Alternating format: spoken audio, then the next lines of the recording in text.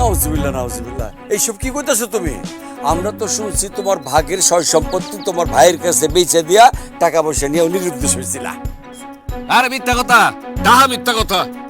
এখন আপনারা গ্রামের মুরব্বী আছেন, আপনারা সবাই মিলে এটার একটা বিহিত করে দিবেন। আর যদি না দেন তাহলে আবার ওই একই কথা কম, আমাকে দুইজনে জ্যান্ত কবর দিয়ে দিবেন। আরে দূর, তুমি এসব কি কইতেছো? তুমি একটু চুপ করো, তোমার চুপ করো। তুমি হইলা এই গ্রামের নতুন বউ, এই গ্রামের সম্মান। তোমার তো এত অপমানিত হইতে দিতে পারি না, তাই না? অপমানিত হও ঠিক হইব না তোমার। তুমি চুপ করো, একটু চুপ করো। সি সি সি সি সি সি, লতিফটারে আমি এত ভালো পোলা মনে করছিলাম, ও যে জমি জমার লাগে এত নিচে নামতে পারে এটা তো আমরা ভাবতে পারি নাই। এই হাকিম, তুমি এক কাজ করো তো বাবা, এইসব রাখো, তুমি এইসব রাখো, বন্ধ করো কবর খোঁড়া। আমরা আজকে দেখতেছি আজকের মধ্যে একটা বিহিত করুন। না চাচা, কবর খুঁড়া তো আমি বন্ধ করতে পারবো না। আজকে সন্ধ্যার ভিতরে আপনারা যদি এটার মীমাংসা করে না দেন তাহলে আমাকে এবং আমার সুন্দরী বউকে আপনারা গ্রামের 10 জন মিলা আমার ঘরে জ্যান্ত কবর দিয়ে দিবেন।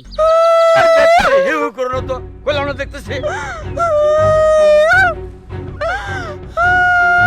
আরে গেছে তো, থামো।